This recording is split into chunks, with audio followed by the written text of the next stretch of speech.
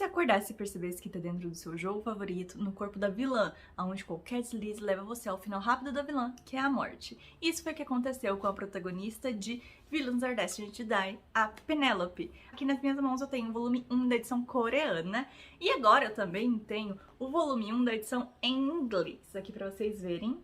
Essa é a edição em inglês e essa é a edição coreana. O volume 1 em português vai sair em janeiro de 2023, mas a pré-venda já tá aberta na Amazon pra quem tiver interesse. E hoje eu vou contar um pouquinho mais da história pra vocês verem se vocês têm interesse e se vocês vão querer colecionar também. Só pela capa vocês já veem que a arte é linda. Esse é um manhwa baseado na novel, que tem o mesmo nome. A novel já tá completa, ela tem 5 volumes e o manhwa, por enquanto, tem 5 volumes. Mas o manhwa ainda tá em publicação, então vai ter mais volumes pela frente. Mas focando agora no volume 1 da obra, esse volume vai do capítulo 0 ao 18 do manhwa. E tem o volume 0 que serve pra dar uma base do que tá acontecendo na história. Então a gente vai conhecer a nossa protagonista, que ela vivia na Coreia, ela teve uma vida bem complicada, tinha problemas familiares, e quando ela finalmente estava conquistando uma certa liberdade, ela tinha ido pra faculdade, morava nos dormitórios da faculdade, ela conheceu o jogo Daughter of the Duke Loves Project. Em inglês, na versão em inglês do manhwa, eles alteraram um pouquinho o nome, ficou Daughter of the Duke Super Loves Project. Não alterou muito, mas é só pra vocês terem uma noção que pode ser que a edição em português também tenha pequenas alterações, faz parte, né, alterações durante a tradução. Mas voltando pra história, ela conheceu esse jogo, onde a protagonista, Yvonne, era filha de um duque, sumiu quando era criança e volta depois de muitos anos. Então, quando você joga com a protagonista, você tem 5 rapazes que têm interesses amorosos nela. De acordo com a rota que você escolhe, você tem finais diferentes. Mas essa é a protagonista, então a interação com os personagens é muito mais fácil, a pontuação sobe de maneira muito mais rápida. Mas no jogo também tinha como jogar com a Penelope. Mas a nossa protagonista, quando jogava com a Penelope, tinha muita dificuldade, porque qualquer deslize fazia os protagonistas matarem a Penelope. Então, você já sabe que a história não é fácil. Acontece que um dia ela acorda e nota que ela tá no corpo da Penelope. E mais desesperador que isso, ela sequer pode falar. Toda vez que ela vai interagir com algum personagem, aparece 3 opções na frente dela e ela vai ter que escolher uma delas como resposta. Ela não pode falar livremente. Tem que escolher entre uma das opções e, de acordo com a escolha dela, a pontuação pode subir ou cair. E isso é muito arriscado pra ela. Então ela tem que usar os conhecimentos dela do jogo e ir sobrevivendo. Não se preocupe que aos poucos ela vai liberando algumas coisas, então depois de um certo tempo ela consegue falar livremente, ela não fica presa nessas 3 opções, mas ainda assim você fica constantemente lembrando que ela tá dentro de um jogo, porque aparecem missões. Você quer participar da missão X? Isso pode aumentar sua pontuação. E se ela aperta sim, o corpo dela se movimenta sozinho, então ela ainda tá presa dentro do jogo. Então ela tem que usar estratégia e focar e analisar os protagonistas. Ver qual deles a interação é mais fácil e qual deles tem mais chance de aumentar a pontuação. E a ideia dela é, talvez se ela morrer nesse mundo, ela morra de verdade. Mas talvez se ela conseguir finalizar o jogo viva e conseguir 100% com algum personagem, talvez ela possa sair e voltar pro mundo real dela. E aí nós vamos acompanhar essa jornada dela, sobrevivendo, usando estratégia. Por isso eu digo, não é romance, ela vive constantemente na corda bamba, a pontuação sobe um pouco e cai muito mais rápido do que sobe, acreditem. E como eu disse, ela tá jogando no modo difícil, então a pontuação com os protagonistas tá 0% e um deles tá menos 10%, então é mais trabalhoso ainda. A pontuação sobe bem pouquinho, ela não consegue subir rapidamente, sobe tipo de 0 para 3%, já é uma vitória, porque pelo menos tá melhorando a situação com os protagonistas. Bom, agora vocês já conhecem a Penelope, que é a nossa protagonista. Agora eu vou conversar um pouquinho mais sobre os 5 protagonistas masculinos. Nesse primeiro volume vocês vão conhecer 4 dos 5 protagonistas masculinos. Mas eu já vou apresentar os 5 pra vocês já terem uma noção de como funciona. Ela cita sobre eles, não vai ser spoiler, eu tô comentando sobre eles pra vocês já começarem a ler sabendo qual você tem que prestar mais atenção. Bom, vamos começar com os 2 meio-irmãos dela, o Derek e o Reynold. Reynold é o que começou com menos 10%, gente. E o Derek é o irmão mais velho, ele vai suceder o pai dele como futuro duque, e ele é o mais chato de todos. Não percam seu tempo com essa criaturinha, gente.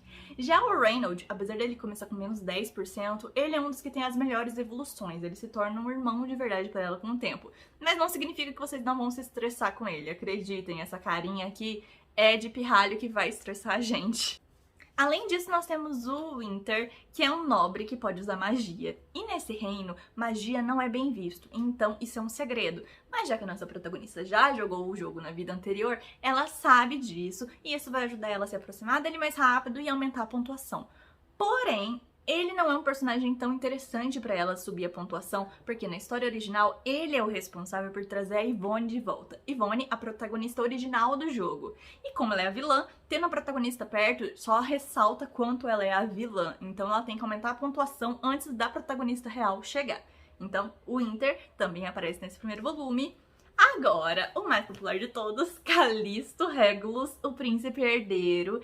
Ele é doido. As interações com ele são complicadas, digamos assim. O primeiro contato deles é muito peculiar, mas também tem um porquê por trás disso. A gente vai descobrir mais sobre esse personagem conforme a história vai passando. Mas, só pra vocês saberem, ele tem essa imagem de doido, mas a nossa vilã também tem imagem de doida. Ela é conhecida como a princesa doida, porque ela briga muito com as pessoas. Mas com o tempo a gente vai entender porque ela agia daquele jeito. E o príncipe herdeiro também. Ele é o príncipe herdeiro do reino, porém a atual imperatriz não é a mãe dele. E ele tem um meio-irmão também. Então ela fica constantemente tentando colocar a vida dele em risco pra poder garantir que o filho dela se torne o príncipe herdeiro. Enfim, eu só tô dando uma explicação pra vocês entenderem as primeiras aparições dele e não ficarem confusos com o jeito dele agir. E por último, mas não menos importante, esse é o que não aparece ainda nesse primeiro volume, é o Eccles. Ele vai aparecer só no segundo volume da obra. Ele vai ser um personagem bem complicado pra gente lidar, porque ele parece confiável, mas tem toda uma questão que a gente tem que analisar também. Ele é um escravo, ele é de uma nação caída, o país dele foi atacado pelo país da Penélope, então ele se tornou escravo, foi levado até esse país de volta e foi vendido. Então assim, é um personagem que a gente tem que analisar que tem muitas camadas. Acreditem, não é um romance simples, ela tem que usar estratégia, ela tem que ver como a pontuação dos personagens se altera e qual vale a pena ela se dedicar, se esforçar para ter interação e aumentar a pontuação dela. No momento, a obra já tem mais de 100 capítulos, eles são publicados oficialmente em inglês no aplicativo Tapas e Teptoon. Os primeiros capítulos são abertos gratuitamente, se vocês tiverem interesse, curiosidade na obra, vocês podem ir lá e ler os primeiros capítulos, que essa é a publicação oficial da obra, por isso eu recomendo para vocês, para apoiarem também a autora. A publicação oficial em inglês online é pelo Tapas e Teptoon. E em português a gente vai ter que esperar a edição da New Pop para poder ler oficialmente. Agora um detalhe, eu tinha comentado que o nome do jogo alterou em inglês. A edição em inglês alterou algumas coisinhas, por exemplo, o nome do jogo a gente conhecia antes como Daughter of the Duke Loves Project e em inglês apareceu como Daughter of the Duke Super Love Project. Além disso, o personagem Winter, aqui vocês conseguem ver que é com W o nome dele que é escrito, porém na edição em inglês ficou como Winter, com V. Não sei se altera realmente a pronúncia, mas a questão é eles substituíram W por V. E alteraram também o nome do jogo, acrescentando Super Love Project. Eu tô falando isso porque na edição da New Pop pode ter algumas alterações na hora de fazer a tradução da obra. E isso é natural, acaba acontecendo algumas alterações na hora de traduzir. Então vocês têm que estar preparados para essas pequenas alterações. Além disso, eu tenho um vídeo mais focado sobre isso, mas a capa, apesar de ser bem parecida, tem alguns detalhes que são diferentes, uma questão de cor que é um pouco diferente, o tamanho da capa. Isso é natural, acaba tendo alterações na hora de ser publicado em outros países, mas eu acredito que a edição da New Pop vai seguir bem parecida com essa edição coreana, que se vocês verem, é bem parecido. Além disso, a lombada também é bem parecida. Muda um pouco a cor na edição em inglês, mas segue o mesmo padrão e eu acredito que em português também vai ser assim. E se vocês tiverem alguma dúvida, quiserem me perguntar alguma coisa sobre a história, sobre os volumes físicos, podem deixar nos comentários que eu tiro todas as dúvidas pra vocês. Eu espero ter convencido vocês de lerem essa obra que é fascinante. Realmente vale muito a pena acompanhar a Penélope nessa jornada de sobrevivência dentro desse jogo. Bom, se cuidem e até a próxima!